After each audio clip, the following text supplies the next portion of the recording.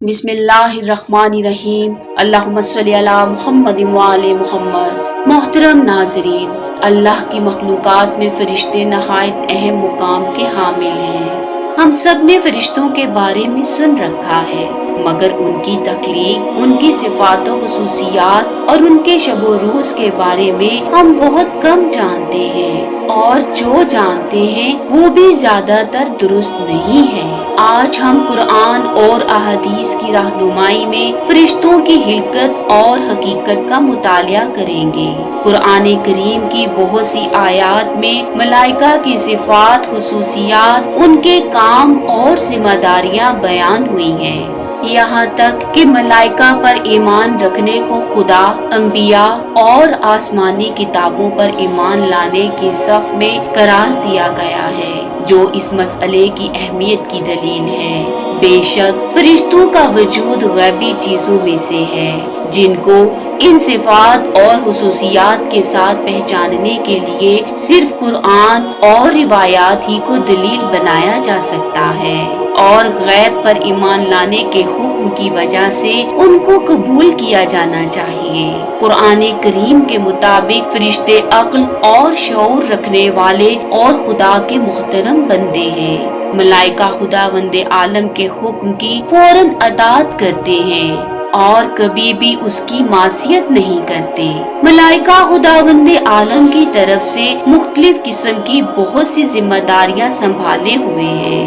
مثلاً ایک گروہ عرش کو اٹھائے ہوئے ہے، ایک گروہ مدبرات امر ہے، یعنی تقدیرات کو نافذ کرنے والا ہے، ایک گروہ قبض روح کرتا ہے، ایک گروہ انسان کے اعمال کا نگران ہے، ایک گروہ انسان کو خطرات اور حوادث سے محفوظ رکھتا ہے، ایک گروہ سرکش اقوام پر عذاب نازل کرتا ہے، ایک گروہ جنگوں میں مومنین کی امداد کرتا ہے، اور ایک گروہ انبیاء علیہ السلام پر وحی اور آسمانی کتابیں نازل کرنے والا ہے۔ فرشتوں کے یہ سب گروہ اور ان کی ذمہ داریاں قرآن میں واضح کی گئی ہیں۔ اگر ہم ان کے ایک ایک کام اور ذمہ داری کو شمار کرنا چاہیں تو بحث طولانی ہو جائے گی۔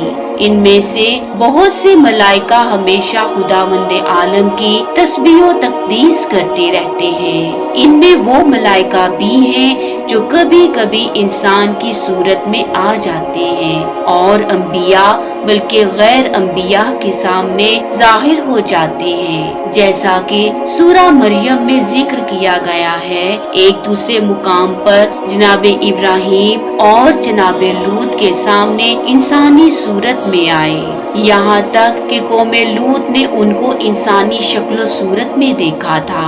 امام جعفر صادق علیہ السلام نے فرشتوں کی تعداد کے متعلق بتایا، قسم اس خدا کی جس کے قبضہ قدرت میں میری جان ہے، زمین میں مٹی کے ذرات سے کہیں زیادہ آسمان میں فرشتوں کی تعداد ہے۔ آسمان میں کوئی ایسی جگہ نہیں ہے جہاں پر کسی فرشتے نے خداوند عالم کی تسبیح و تقدیس نہ کی ہو۔ فرشتے انسانوں کی طرح نہ کسی قسم کی خوراک کھاتے ہیں اور نہ ہی کوئی مشروب پیتے ہیں۔ امام صادق کی حدیث میں بیان ہوا ہے، فرشتے نہ کھانا کھاتے ہیں اور نہ پانی پیتے ہیں اور نہ ہی شادی کرتے ہیں، بلکہ نسیم عرش الہی کی وجہ سے زندہ ہیں۔ ایک جگہ بیان کیا گیا کہ اللہ کی حمد و ثنا ہی ان کا کھانا پینا ہے۔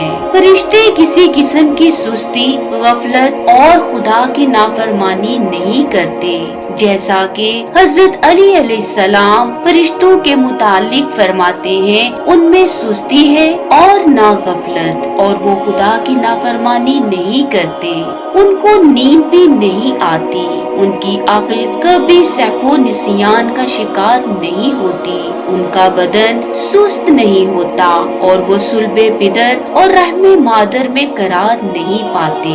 فرشتے اپنی تخلیق کے دن سے ہی حالت عبادت میں ہیں اور اسی حالت میں رہیں گے۔ حضرت امام صادق کا فرمان ہے، خداوند عالم نے کچھ فرشتوں کو ایسا خلق کیا ہے جو روزے قیامت تک رکوع میں رہیں گے، اور بعض فرشتے ایسے ہیں جو قیامت تک سجدہ کی حالت میں رہیں گے۔ اب یہاں یہ سوال اٹھتا ہے کہ یہ تمام فرشتے ان تمام اوصاف کے ساتھ مجرد موجود ہیں یا مادی؟ اس میں شک نہیں ہے کہ یہ تمام صفات کسی مادی عنصر کے نہیں ہو سکتے، لیکن ان کے لطیف اجسام سے پیدا ہونے میں کوئی معنی بھی نہیں ہے جو اس معمولی مادہ سے مافوق ہو۔ اہم بات یہ ہے کہ ہم فرشتوں کو قرآن میں بیان کیے ہوئے اوصاف کے ذریعے پہچانے اور ان کو خداوند عالم کی بلند و بالا مخلوق مانے اور ان کے لیے صرف مقام بندگی و عبادت کے قائل ہوں، اور ان کو خداوند عالم کے ساتھ شرکت یا عبادت میں شریک نہ مانے، اور اگر کوئی ان کو شریک مانے گا تو یہ کفر اور شرک ہوگا۔ تورات میں بہت سے مقامات پر فرشتوں کو خدا کہا گیا ہے، جو نہ صرف یہ کہ شرک ہے بلکہ اس وقت کی تورات میں تحریف کی دلیل ہے، لیکن قرآن مجید اس طرح کے الفاظ سے پاک و منزہ ہے، کیونکہ قرآن میں صرف ان کے لیے مقام بندگی، عبادت اور حکم خدا کی تعمیل کے علاوہ کچھ نہیں ملتا۔ جیسا کہ ہم پہلے بھی عرض کر چکے ہیں کہ قرآن مجید کی بہت سی آیات سے یہ معلوم ہوتا ہے کہ انسان کامل کا درجہ فرشتوں سے بلند و بالا ہے، یہاں تک کہ سب فرشتوں نے جناب آدم کو سجدہ کیا اور جناب آدم علیہ السلام ان کے معلم قرار پائے۔ یعنی انسان اگر صراط مستقیم پر ہے تو اس کے لیے بیان کیا گیا ہے کہ وہ فرشتوں سے کہیں افضل اور بلند مقام پر فائز ہے۔ اللہ کریم ہمیں اعمال صالح بجا لانے اور تعلیمات محمد و آل محمد علیہ السلام پر عمل کرنے کی توفیق عطا کرے۔ اللہم صلی علی محمد و آل محمد۔